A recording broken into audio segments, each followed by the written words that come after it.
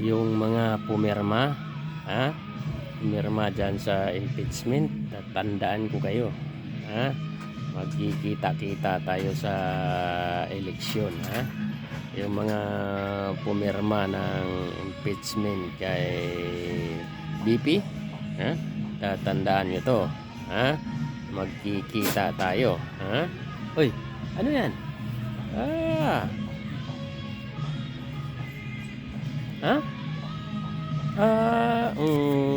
oo nga, siguro may dahilan sila kaya sila pumirma, kaya siguro intindihin na lang natin na sila ay may dahilan. Cuidado kayo, baka gano'n naman kayo, ganyan ang ugali nyo, galit-galit tayo sa pumirma, tapos pag na bigyan na tayo, biglang tahimik naman tayo. Hindi gano'n, pira ng gobyerno yon, kaya dapat tanggapin nyo, huwag nyo baguhin ang prinsipyo nyo, diba?